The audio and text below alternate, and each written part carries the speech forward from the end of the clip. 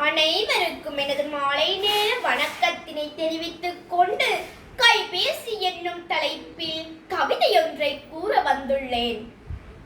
கவியரசி வரவுக்காக கையினிலே கோய்பிடித்து காத்திருந்த நேரமது.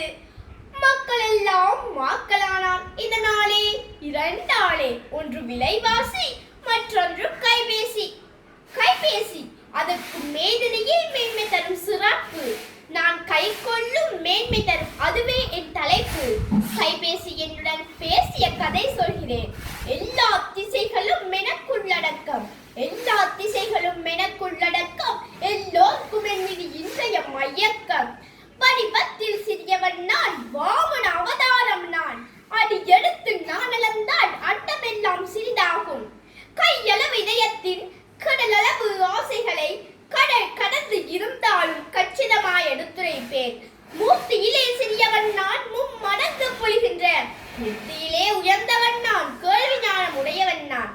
கையளவு இதயத்தின் கடலளவு ஆசைகளை கடல் கடந்து இருந்தாலும் கச்சிதமாய் எடுத்துரைப்பேன். மூர்த்தியிலே சிறியவன் நான், மும்மடங்கு பொழிகின்ற கீர்த்தியிலே உயர்ந்தவன் நான், கேள்வி ஞானம் உடையவன் நான். சாதி மத பேதமின்றி சமத்துவமாய் எல்லோரின் காதோரம் பேசுகின்றேன், கைக்குள்ளே வாழுகின்றேன். கண்ணியர்க்கும் காளையர்க்கும் கைபேசி இல்லையெனில் எண்ணையற்ற பிள்ளை நான் ஆதியாய் திரிந்திடுவார். தானாக பேசினாலே, தனியாக சிரித்தபடி போனாலே பைத்தியம் பார் போகுதென்பார் அந்நாளில். வாகன நெரிசலிலோ இன்றைக்கோ பாதி பேர் சிரித்தபடி பைத்தியம் போல் உணர்கின்றார், பாதி பேர் சிரித்தபடி பைத்தியம் போல் உணர்கின்றார். காரணம் தான் தெரிகிறதா? கைபேசி என்னிடம் தான் 100 கதைகள் அளக்கின்றார், உலகினையே மறக்கின்றார். பொத்தானை மறந்தாலும், போட்டிருக்கும் சட்டையிலே பொத்தானை மறந்தாலும், புத்தகத்தை மறந்தாலும், புசித்திடவே மறந்தாலும், பெற்றோரை அத்தானை யாரைத்தான் மறந்தாலும் மனிதன் விவேகத்தை பேசி என்னை வித்தகனாய் மறப்பதில்லை. நோக்கமெல்லாம் நோக்கியாவின் பக்கம் தான், ஏக்கமெல்லாம் நோக்கியாவின் என் வரிசைகை பேசிதான். சோற்றுக்கு வழியில்லே உனக்கு சோனி எரிச்சன் அவசியமா? ஏரோட்டு பிழைப்பிற்கு உனக்கு எதிர்த்தா போல் யாசல் கடையதற்கு. நோயில்லா வாழ்வோதும் நோக்கியா தேவையில்லை என்று நான் சொன்னாலும் என் கேள்விக்கு பதில் இல்லை. என்னையே புகழ்கின்றார், எருமை போல்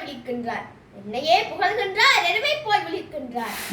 இருக்குமிடம் தெரியாமல் பித்தனை போல் பிதற்றுவோனுக்கு, இருக்குமிடம் தெரியாமல் பித்தனை போல் பிதற்றுவோனுக்கு கைபேசி நஞ்சாகும், கல்லறைக்கு வழியாகும்.